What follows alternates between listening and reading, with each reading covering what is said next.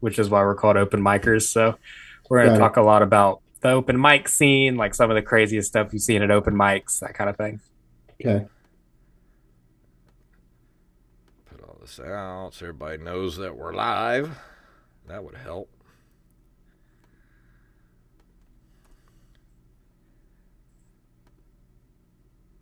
Dude, I pulled a muscle in my back this morning opening up the top of the dumpster. That's a good Not bit. not even old. Which is hilarious because I rib him about being old all the time on this show. Yeah, well, he's young around me.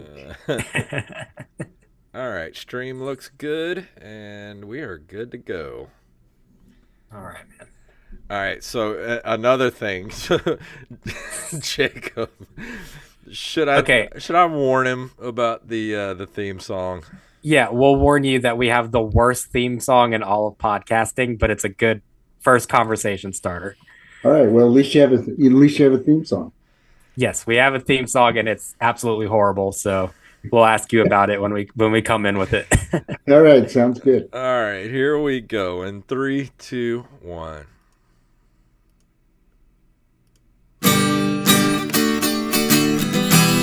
Just drop that ass, bitch. It's open micers in the house. Pop that pussy with that open micers logo in your mouth. Jason with his bald ass head. Jacob looking in bed. It's open micers, bitch. Heard what I said. Drop that ass. Open micers in the house. Drop that ass, pop that pussy. Open micers in the house. Open micers in the house. Open micers is a mouse. Drop that ass, pop that pussy. Open micers in the house. The mic is now open. That's true. The mic is open. My name is Jason Robbins. I'm Jacob Craig. And fellas, it's just been a really rough month for guests this month. It just seems like we haven't been able to pin one down. Jason's been sick. We've had personal stuff going on. We've had to cancel. Guests have had to cancel. But very luckily, we have a very special and very welcome replacement guest for us this week. You can currently see him competing in the Plano Comedy Festival. He has done it in years past. He is a native of, well, I say native. He has lived in Texas for over 40 years. He has made a name for himself during the pandemic, hosting all kinds of Zoom shows. He is the one and the only Al Coseglia. How are you doing, my friend? Great. Thank you, Jacob. Glad to be here. I'm excited. Yeah, I did a lot in virtual, and I love your song because, I mean, there's a lot of open mics like that. I mean, it's just, guys think that that's the way to comedy. All right. Right. Let's preface this by saying I love Mark Simmons, who made our theme song, and I think I get more and more embarrassed every time we play it every week because I'm just like, one of these weeks there's going to be a guest who's going to be on the Zoom call, and I'm going to play the theme, and then the screen's just going to go black. We're going to lose the guest immediately. I love that he kept it in there and he screwed up the words at one point. I just love that because I mean that's I don't know if he did it intentionally or not, but that's a lot of what happens on at open mics. And I'll tell you I hopefully will get to my pet peeves about open mics. Oh, we will. Trust me. Man, we can open with your pet peeves about open mic. Al, let it fly. What is the worst thing that an open micer can do in your mind? Well, I get heat for this, but I think if you go on stage with a notebook, you're not prepared. Okay. Mm-hmm. What do you think about the notebook versus a comic using like notes on their phone? Phone is worse. Okay. Watch the audience if there is an audience when you do that, and you've lost their attention because they're wondering, is he going to find his notes? Where's his phone? He's got to pull it out of his pocket. He's got to look. He can't find it. I mean, it happens all the time. It's comical to me, but most comics do it. Right. I'm retired, so I have time to prepare. The other thing is that I make fun of them because I'm 73. They're up there with notes. I don't use notes. I fly without a net. Well, I need a mind like yours because I'm 46 and I can't remember anything ever. I guess if you're doing really new material, it's acceptable. But I don't know. I think if there's an audience, you should put your notebook away. How do you feel about like me and Jacob both use an app called the Comedy Companion, and what it does, it sort of like you set up your set lists and everything in there, and it's got like a timer on it as well. And when I go on stage, I like to use that as my timer, so I can just I set it on the chair so I can kind of look over, see where I'm at, because I don't like going over. I don't want to be that comic who goes up and just stays up there. So what do you think about that? I think that any through your set and not lose your place and is not a intrusive or obvious. I think is acceptable. Okay. I mean the timing is critical, and of course people running the lights is my second pet peeve, and they act like they don't see it, which everyone in the room can see it, and the only place that doesn't happen is that back door where they'll yank you off stage just about if you go run the light. Yeah, well, I'm actually a big fan of that, even though it does kind of create an awkward moment with a comic literally getting pulled off stage. But it's like, yeah, I've never seen anyone pulled off stage, although I would like to. Yeah. Oh, we've literally seen people like where the host is, they start a new bit after they've already run the light like 3 times, and the host just gets up there and takes the mic away. I've never seen it. Never seen that. I wish I had, because I think it's unfair to everybody else. I'll tell you my other pet peeve is people who do a set and leave. I mean, if everybody did that, there'd be nobody in the room, especially when it's just comics. Maybe I'm old and crotchety, but those are my are my things. You're not, because I mean, I think that's a smaller thing, saying a smaller scene thing. Like, I can respect if you're in New York and you go to an open mic and then you leave because you have another open mic to go to. I can understand that. But like the scene where we're at, I know that you're not getting up more than once in a night.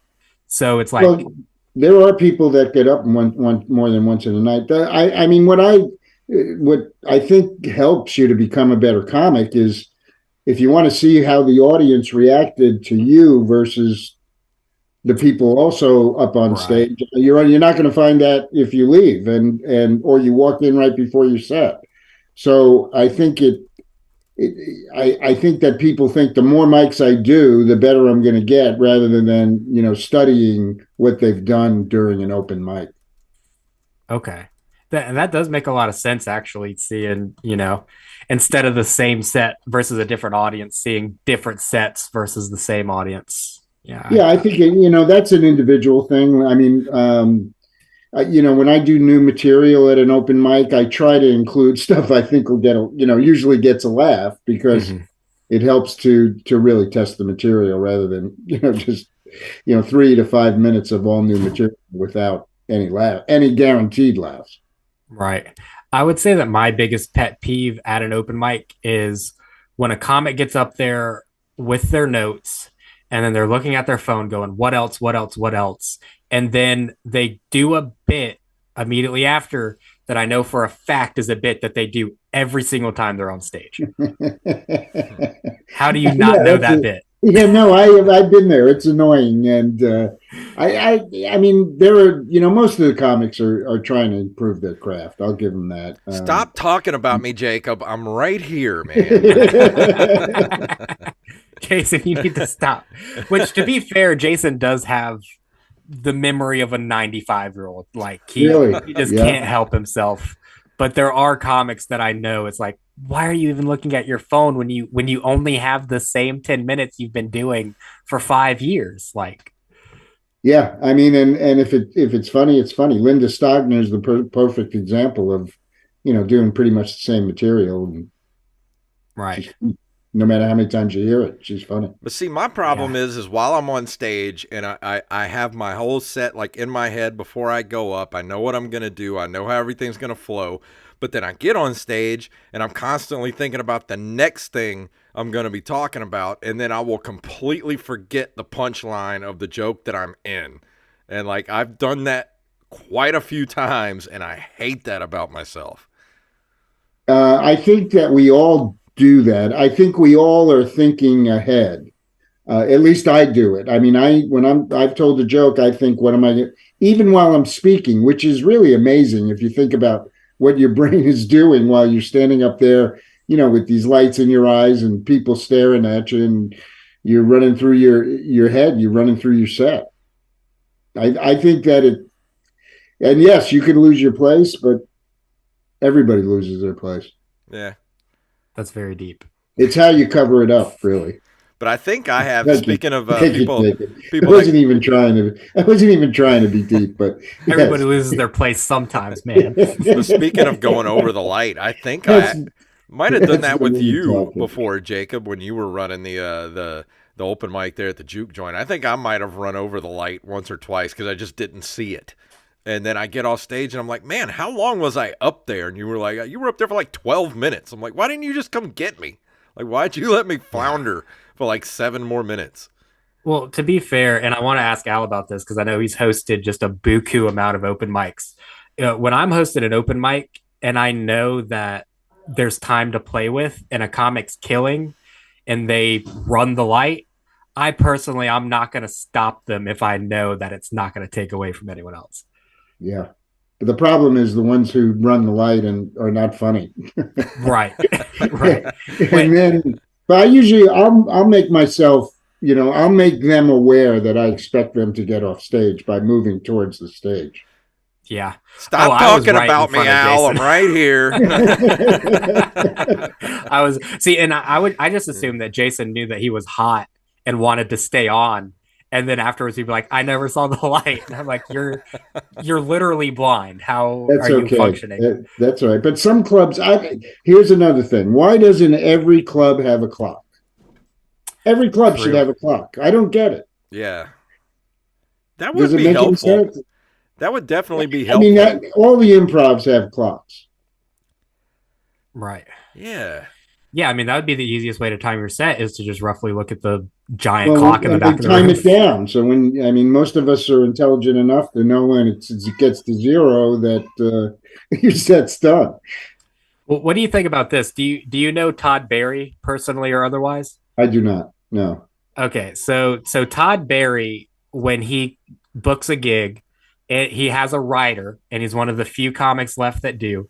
And in his writer, he says that he needs an alarm clock to be set up in the room, specifically with blue letters instead of red on the alarm clock, so that it's in his contract. It's in his contract for every single show he does.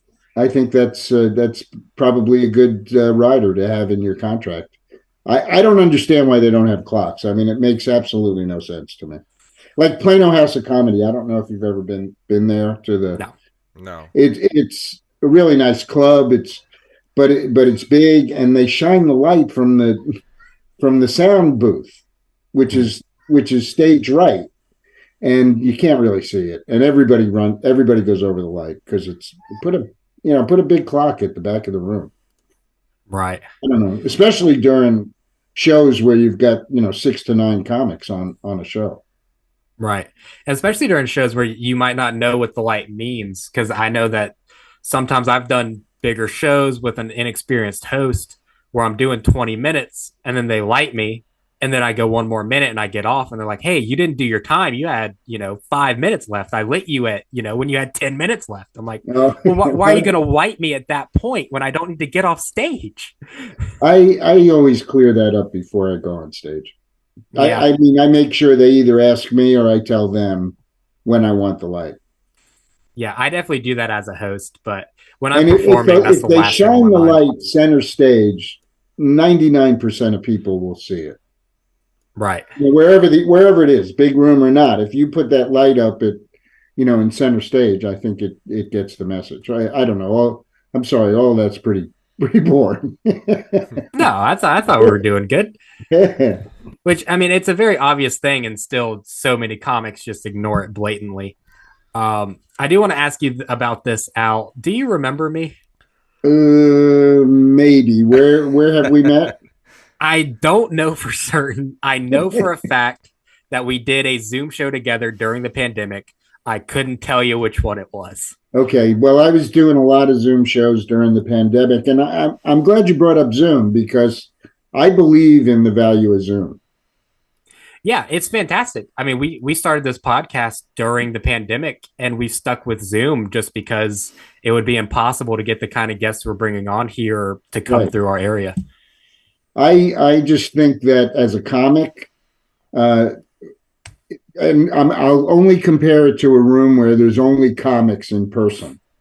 Yeah. Okay. They're not paying attention when they're in person, but when they're on Zoom, they have a tendency to pay attention. And if you make it clear that you expect them to stay for the entire mic, I think it allows people to really test material, change material, check their timing, pauses, everything that goes with it. And, I've been doing a mic.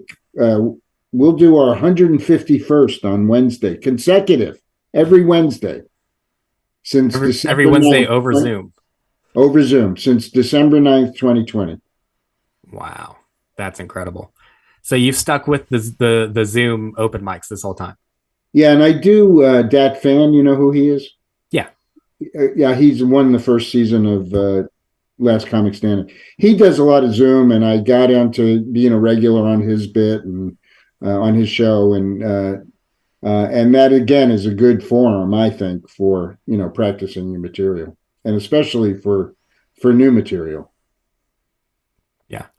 Yeah, I mean, I always just saw it as, beneficial because it's so, I don't want to say low stakes because there are stakes, but just the fact that I don't even have to leave the house. I can go to another mic that night if I have to because it's so convenient to be on the Zoom. Then I can leave the house afterwards. During the pandemic, and I will say I did stop as soon as everything opened up, but Right. During the pandemic when that's all we had, I mean, I was still cutting my teeth as a comic then, and it was, it made me a better comic to do them as opposed to not do them. And to sit out a year if you were not going out, which I didn't. I pretty much sat out a year, a little bit more. The other thing about Zoom is that you can use notes, and I think that helps you when you're working new material. So that, to me, those are the benefits. Yeah, I was not a fan of the Zoom shows. I know you weren't, Jason. I was waiting for you to say something. I didn't like it at all. I did 2 of them, and that was about all I could take. Like, I just could not. I need to have that live in-person interaction. Like, it just something between the screen and the people. It just doesn't have. It just loses something, and I couldn't take it. No, I think that there's a lot of people that feel that way, and clearly, there aren't many Zoom mics left. I don't know of any except mine and Dat Fans. So I don't know. I call mine the ye olde mic. Yeah. Yeah, and I remember seeing that plastered everywhere. Pretty much as soon as COVID hit, that was one of the first Zoom open mics. Actually, no, I didn't do it until December of 2020. I was doing Michelle Rose Dome's Monday mic, which I think was the first one. Okay. And then rampantly got into all those blue mics and red mics and green mics, and they've faded. And of course, Nico at Displaced Comics starting that Facebook group, and there are thousands on that. Right. Yeah, I met a lot of interesting people through there. Jason, that's where I met Neil Rubenstein, was through that Facebook group. That's cool. I don't think it helps either that the quality of the Zoom mics went down so much, because like I did one just a few months ago where it was literally hosted by a 14-year-old boy, Al. I'm not making that up. What? There's this guy who has this one credit who thinks that he's the biggest comic in the world, and he has this Zoom mic, and he can't host it all the time. So he has his 14-year-old little brother host it. Wow. And I got on, and it was literally a 14-year-old, and I'm like, hey, man, like, no one said PG or PG-13. I'm about to do some hard R material.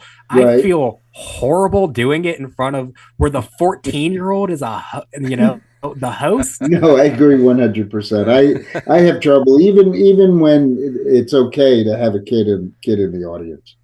And the whole clean thing is another thing that, I don't really understand. I mean, I understand you can't say expletives or, Yeah. but where's the line? I mean, I've had numerous people explain it to me different ways. Right. And my thing has always been that like I won't work clean if I don't see a reason for it.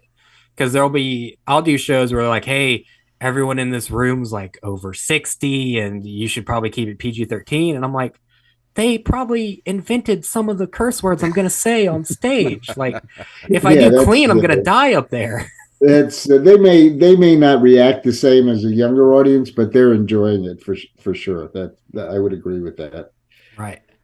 And Um, I've done shows with kids in the audience too. And my thing about that is like I will always want to work clean while there's kids in the audience. right. And there are bar owners and parents tell me like, oh no, it's fine. Like do some crowd work and roast our kids. I'm like, Oh my y'all are insane. God.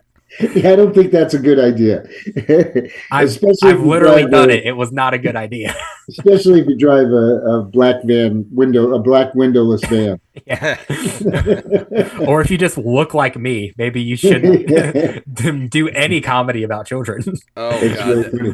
that reminds me. Talking about clean and being an open micer, I did my first set at Backdoor, and I met with Jan Norton, who's pretty well known in the comedy world, and for an hour before I took the stage for the first time, and they're a clean club, so her description was you cannot create the mental image of a body part. Okay. So you can't describe your arm hair. Yeah, I mean, if it relates to a body part that is not clean, you cannot. That's the description she gave me. I had another comic tell me that you can't do anything jokes below the waist.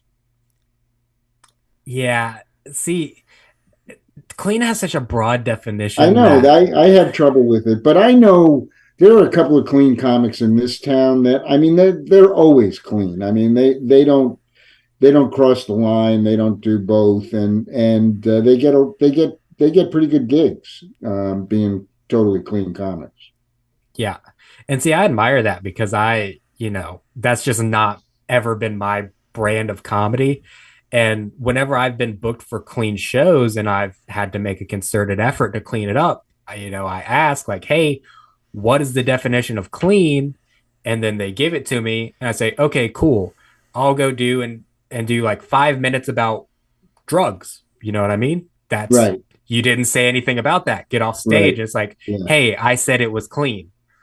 Okay, well, I didn't say any cuss words. Like you need to Yeah, I don't know. give a Yeah, drugs. definition. I do a lot of weed. I do a lot of weed humor, and yeah, for me, I guess if you really want to describe it, it would be that you're doing it to a corporate audience. So you wouldn't touch sex, you wouldn't touch drugs. Right. I think it's more difficult, but I think also that if the audience expects clean, it's easier. But if you're in a comedy club and you got three or four people that go up with before you and they're not clean, it's really hard to be funny, doing jokes about CPAC machines. Right. What is your personal view on crowd work as well? Because I know pretty much any gig that I work, like if I'm working with a big headliner, one of their only things is please don't do crowd work before my Right. set. Yeah, my major gigs are with a comedy magician, well known. Actually, he's the kid that got me started. Travels around, sells out, but when he's local or even close to where I am, or if I want to go somewhere, I'll go and work with him. And he does his whole thing is crowd work. So I do not do crowd work. And Yeah. I think that sometimes people use it as a crutch if their set's not going well, instead of trying to, get the crowd with you by telling jokes, they'll resort to crowd work, and everybody asks the same questions, which I don't Right. know. I think that you have to do it a lot, I think, to be really good at it, because it takes ad libbing and in some cases, knowing what people are going to say. Right. And as much as people want to shit on Matt Rife and Maddie Smith and people like that, they're actually doing crowd work in a way that's not just the hey, what do you do? Are you two a couple? What Right. brings you here tonight? Like, Right. Where did you meet? Yeah. right. Just Yeah. that whole 5 questions before a punchline that What do just you do for a completely. living? Yeah. But I mean, I think that's a easy, in sales, we used to call it the low hanging fruit. And Mhm. I think crowd work, if done well, can be the low hanging fruit. Right. But as a lot of things in comedy. But I want to start establishing a timeline here, Al. Your first open mic. Yeah. What year is this, and what part of the world are you located in? I did my first open mic in Dallas in 2000, March 22nd, 2018. Okay, that is very much more recent than I thought it was going Yeah. to be. Right. Okay, I so think what it says is that you can get into this industry at any age, as long as birthday parties, that kind of stuff as a kid, probably for 15 years. right. And so, the difference for me was I was in corporate America. So I used to, pretty much tell jokes at business meetings.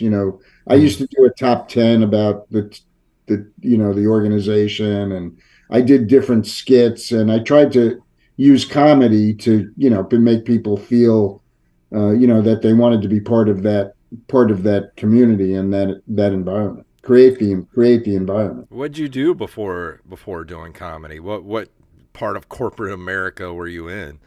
I worked in pharmaceuticals, started as a sales rep, worked my way up to a regional director, fucked that up, got fired. Yeah, And that doesn't seem like the kind of place where they take kindly to you cannot think outside the do box. comedy. Yeah. Um, so then I got fortunately, into the mobile phones in the early 90s. And that was the easiest sales job I ever had.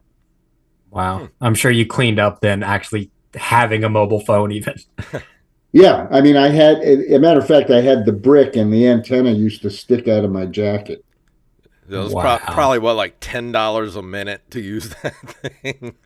And the reason that it became so easy to sell, I don't know if you want to hear this, but I worked for AT&T, and back then there was a thing called roaming. So if you went to Tyler or Little Rock or wherever, New York, you're paying $1, $1.50 a minute.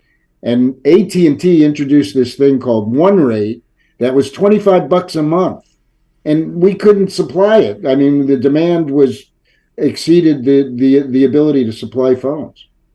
That's incredible. That's actually so interesting to me because I literally wasn't alive during this world. So I Yeah, Oh, you were you dude. born in this? You were born in this century, or were you born in when's your birthday? so I was born in 2000. Oh wow!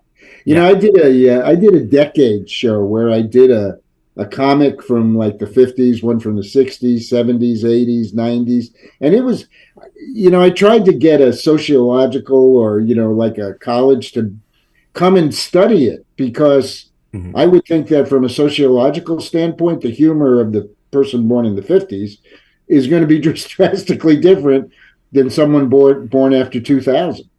Right. Yeah, and I've found that it's actually not too, because we've go to a lot of open mics and have had a lot of open mics where like there are comics going up that were born in the 1950s who have just the dirtiest humor of all time. There aren't a lot of I'm the oldest in the town, and Yes. there aren't a lot of old comics here in Dallas. This is a young city. So where are you guys based? So we're on the Gulf Coast of Mississippi. Wow. How's humor down there? Can, It can you do political? You can if you have to If you be don't want very a career, observational of. if you don't want a career, I'll be honest. it's really dangerous in Dallas too, obviously, because both places are, well, not Dallas as much as Texas, Right. uh, because most Gulf Coast of Mississippi. Wow, is that where you guys grew up? Yeah. Yep, born and raised. You went to high school there? Yep. Oh yeah, worst time of my life. Wow. Yeah, so when you're doing comedy down here, you almost have to be very observational of the crowd because you think Mississippi, you think okay, hard right, all this stuff, but on the coast here specifically, Yeah, there's they're tourists, right? a lot of Coming to tourists, gamble. a lot Yeah. of bikers as well, and there's a lot of left leaning people. So you can get away with a Biden joke, but then you can also get away with a Trump joke, and it just depends on where you're at and who you're doing it for. All right, I want to test the political joke, okay? Because I here sometimes I get laughs, sometimes I don't. Is that okay with you guys? Go Yes, for please. All right. So, what has 4 legs and the arm of a Secret Service agent? What's that? That would be a happy Commander Biden.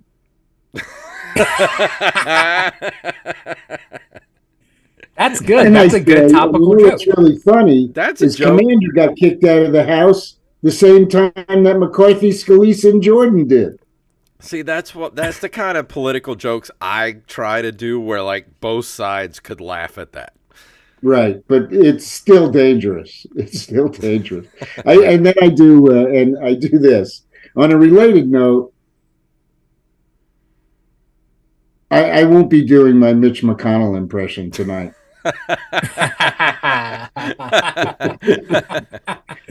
Yeah, And, again, a good topical political joke. yeah, but dark. They're both dark. See, now you can definitely get away with doing that joke because you are an older gentleman. So if you just Right. completely go into a blank stare for like 5 seconds and then hit with that punchline, that's The gonna longer I hit. do it, the audience will make sounds. It's really funny. Yeah. But he did it for what? Almost 30 seconds, I think. He did it for way too long to Oh, be okay. yeah. It Long was way enough- too long to be acceptable. Long enough where it was like someone should have said something to him way before that. Like They should someone have shook him a little bit. Yeah, like, hey, And it happened twice. So who knows how many times it really happened.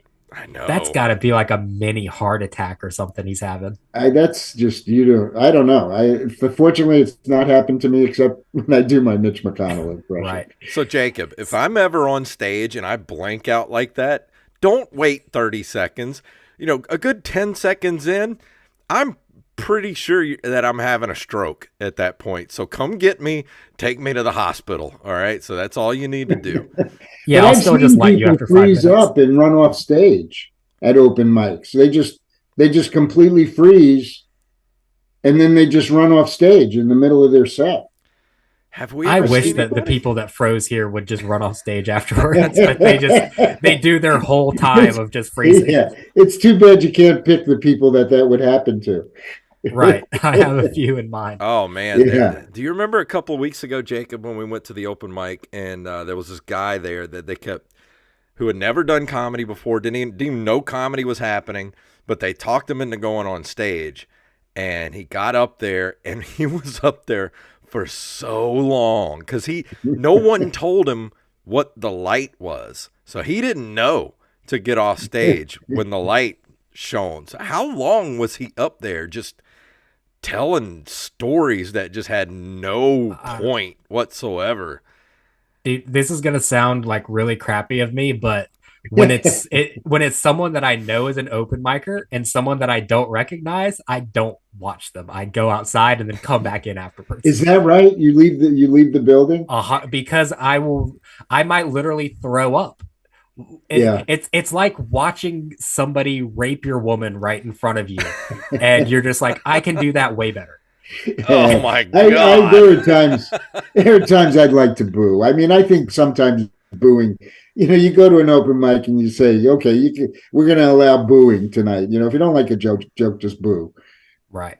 Yeah. I mean, One of the developmental things, though, that I found really useful is feedback mics, where you're with like two or three people, and we do it on Zoom, and you test material and get suggestions.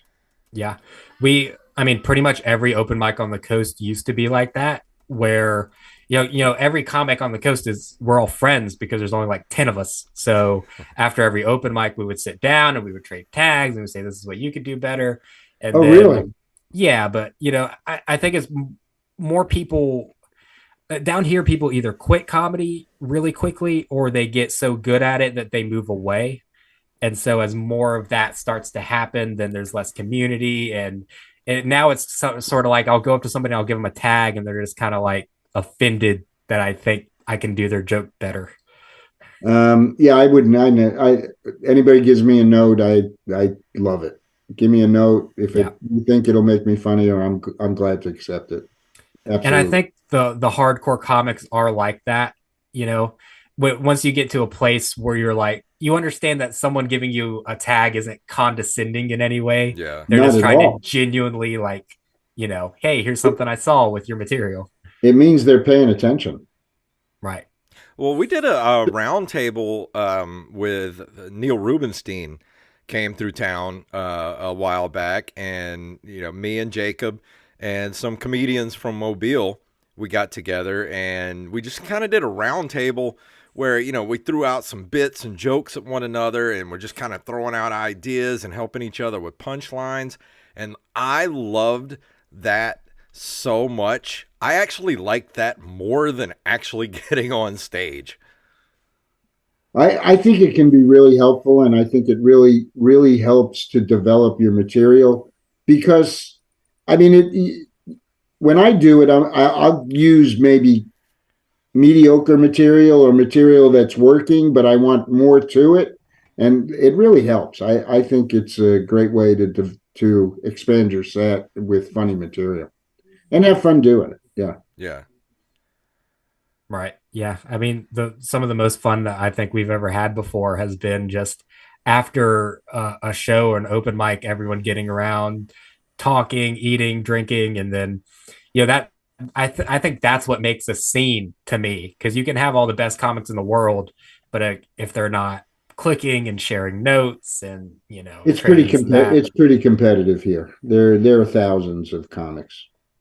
I'm sure with the Austin boom, I'm sure a lot of that has bled over into y'all's Well, and you area as got well. Fort Worth and Dallas, and people want to go to Austin because of the mothership now. So Yeah. Right. there are some people that have left to go down there, and some that have left to go down there and come back. I think it's pretty tough. Yeah. Although I listen to Kill Tony. That show sucks. Okay. Please elaborate on this. I would love to hear your thoughts because I listen to it every Monday and I love it. Those guys are not funny. They're 30-second, they're minute bits. They're getting two jokes in a minute.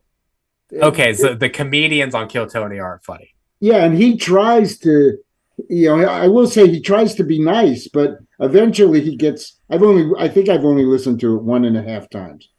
Okay. Turned it off both times. He was doing his elimination when I was listening to it, and he had a guy that headlines. I forget his name. He's an Asian guy. Hans Kim, the worst regular in Kill Tony history. Oh, well, he was winning. He won 6 times in a row. Yeah. And Allie, I guess, from his show is going to be up here at the festival, but I'm not I guess I shouldn't say it over the public airwaves, but no, the show sucks, and I'm not a Joe Rogan fan. Hell yes. Shots fired. I love this so much because even though I do have a difference of opinion, I love the hot take, and I'm glad that you shared it with us. Well, it'll probably ruin my career, but that's all right. I mean, yeah, he's not worried about me. He makes 65 million a year. Now, someone who listens to his podcast told me that he's going a little bit overboard advertising the mothership during his podcasts. Yeah, I would say once a week there's probably a comedian on that's a regular at the mothership, which is a bit he's always talking about it and how he's got the new in, and it's the in place. There's no two ways about it. I mean, right. If a big name's going to be in Austin, they're going to go to the mothership and pose with him like Bill Maher did. Right. And we've been lucky enough to interview comedians that have headlined the mothership, and from what I hear coming straight from the horse's mouth is like, as a headlining comedian, booking a show at the mothership is something that you have no worries about because you know you're going to have whatever you want in the green room. You're going to get Yeah. paid way too much money. You know the show's going to sell out, and you know it's going to be the best comedy crowd of all time. Yeah, no doubt. I mean, the magician guy I was telling you about, he performs there and does guest spots, and he loves it. Okay. And he loves Joe Rogan and Tony Hinchcliffe, and has socialized with them. So he laughs when I tell him those guys are fucking assholes. Which I do agree with you about. Yeah. You know, as much as I love Kill Tony, I don't really like Tony Hinchcliffe as a person. It's just so happens he has a knack to be so mean. But I do appreciate it when, because I know people who have been pulled out of the bucket on Kill Tony, and they were here on my scene, and they were some of the worst open micers on the entire scene. And then And I he see ripped them them. make it. What's that?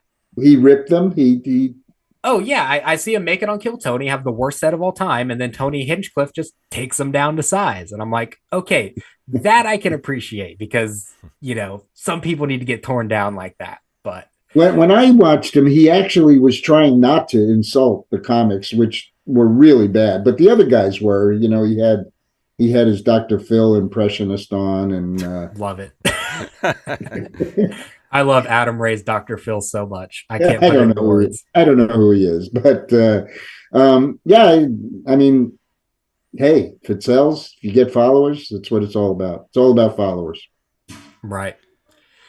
Yeah, I completely agree. And you know, that show is creating, I will say, it's creating headliners for sure, but I also think it's creating monsters in a way because you see guys like Hans Kim who are now selling tickets at theaters when they completely skipped the whole process of growth and comedy because they've been put on this show every week for 2 years. And even though they have a horrible set every other week, it's like people still buy tickets because the show's popular. I mean, they do in 1 minute and they suck. I mean, it's kind of amazing to me. Right. There was one guy, he had tried to get on 60 times and he finally got on. When every week, but whatever they do, they submit their name, they get, I guess they're drawn at random, right? Yeah. I don't know. And he finally got on and it was horrible. Yeah, he lost the challenge, so that was it for him. Oh my He's going against Hans Kim. Okay. Yeah, see, I just couldn't imagine getting that opportunity and then flubbing it. Well, I think the key is to just tell, as many of your one-liner type jokes as you have. I mean, boom, boom, boom, boom, boom. Get as many laughs as you can in 1 minute. Yeah. Which I will say the difference with Kill Tony and any other show in the world is that I have seen comics go on there who I know are like Austin scene comics and I know they're very funny and they'll just do their material and it's not killing because they're not saying anything negative about trans people. They're not saying anything borderline racist. They're not saying anything super edgy. You think and if you don't do that, you think that's what it takes? 100%. If you don't do that on Kill Tony, it's not going to go well because that's what it's the most toxic fan base of all time. That's what that fan base enjoys laughing at. So if you don't do that, you're probably not going to do well. I don't know. I maybe I should listen to it more. Maybe I could become a fan of Tony Hinchcliffe. I mean, he's one of the best insult comics. I mean, he's no Don Rickles, but he's trying to be. Right. Yeah, and I mean he's spawned careers of really good comics too, like Michael Lehrer before he passed away. He really gave him a lot of shine. He was a comic he was a Second City guy. Had 20 years in comedy, and then he got diagnosed with ALS, and then he was on Kill Tony for about 3 years before he passed away, and that was like his, the pinnacle of his career was being on that show. Well, I think that they probably recognize talent and are willing to help them, and that's a good thing. Just this show is, I'd love to sit down and talk to both of them and find out what they're really about. Right. Shit, I would too. Let's get him on the podcast, Jason. Yeah, get him on your podcast. Get Joe Rogan on your podcast. That'll increase your subscribers. Yeah, let's just get Joe Rogan real quick.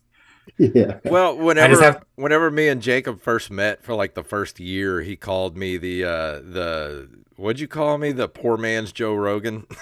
yeah, poor man's Joe Rogan. Really? You did UCF or whatever it is? You were No, you I think it's just because I look like him somewhat, and I'm a It's just podcaster. because you're bald. it's That's it. that's all it is. It's just being bald. Yeah, just the lack of lettuce.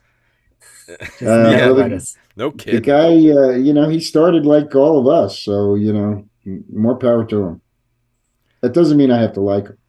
Yeah. Right. Jason doesn't like him either. So Oh, okay. Well, I just don't like how political he got over the last few years. And I used to listen to the podcast, but he got too weird and political. And then his shows got to be like 3.5, 4 hours long. And I'm like, I ain't got the time for this. So I just stopped listening to it. Wow.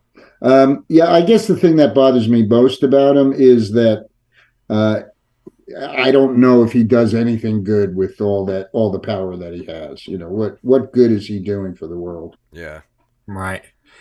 Yeah. I mean, he does talk to a lot of people from different viewpoints, but then that's a criticism as well. The fact that he's platforming people like Alex Jones and then, He'll give a conspiracy theorist a place to speak, and that's okay, just as long right. as he gives fair balance, which Right. he usually doesn't.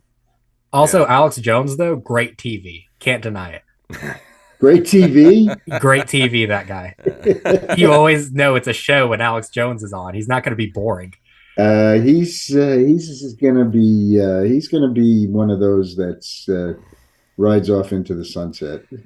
I think He's got to pay the 1.1 billion. They're making him pay. I think I'd rather pull my teeth out with a pair of pliers than have to watch anything that guy does or hear his voice at all.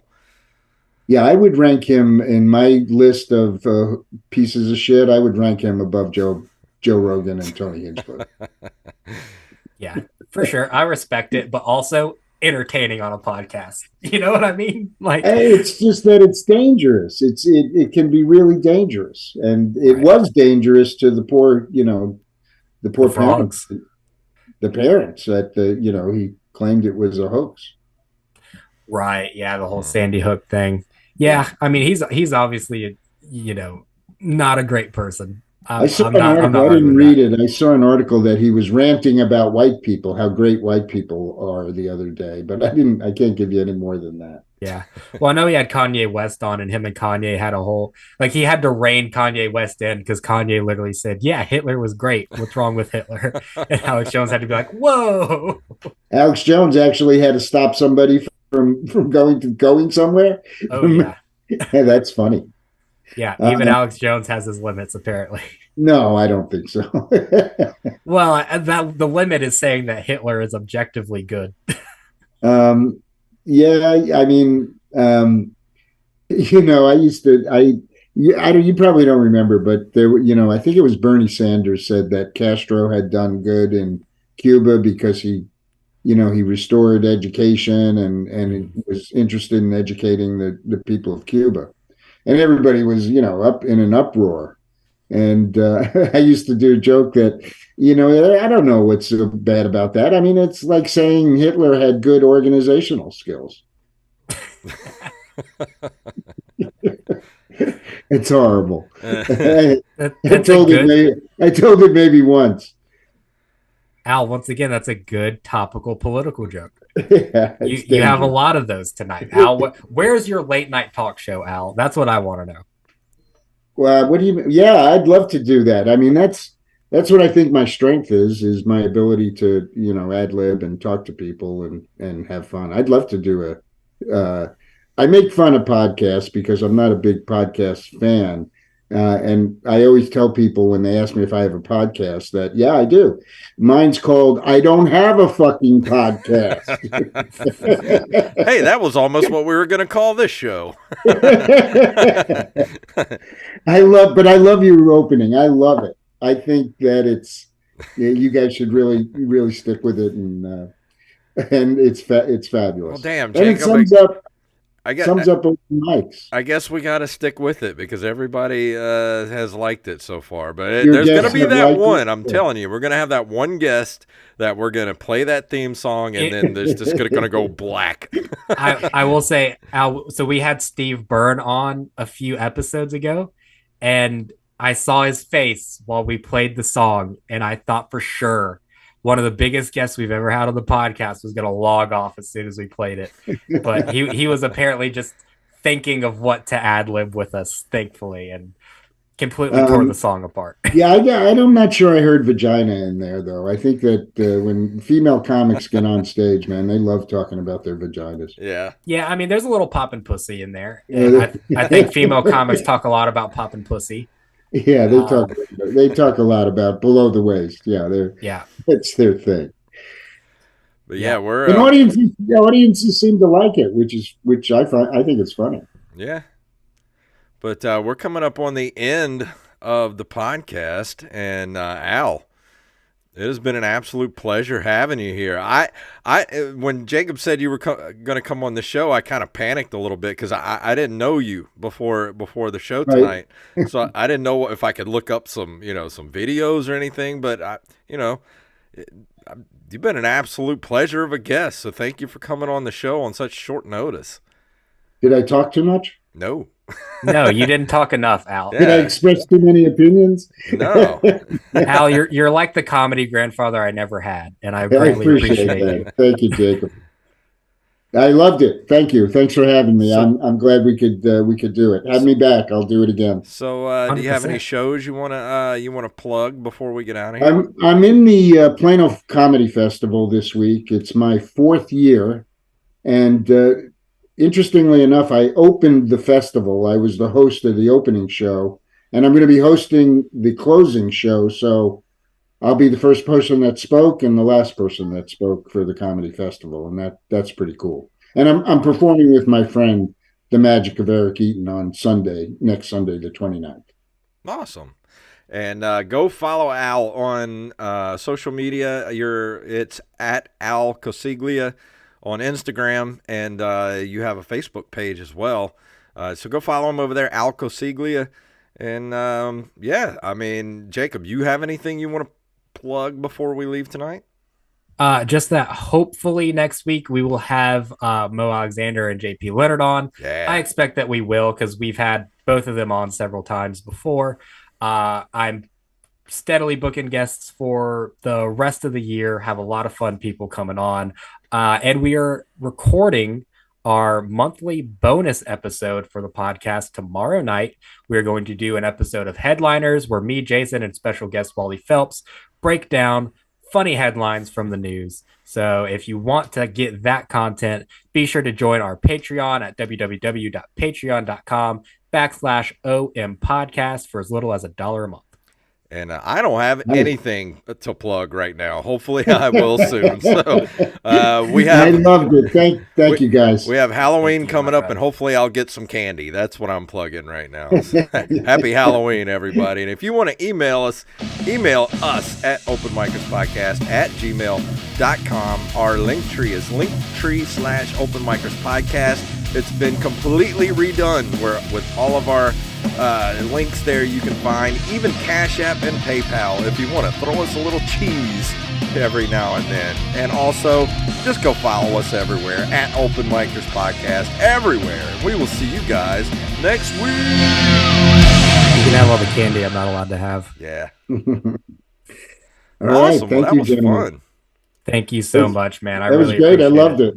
I loved it. I'll do it again. Let me know. And thanks a lot. Enjoy the Gulf Coast.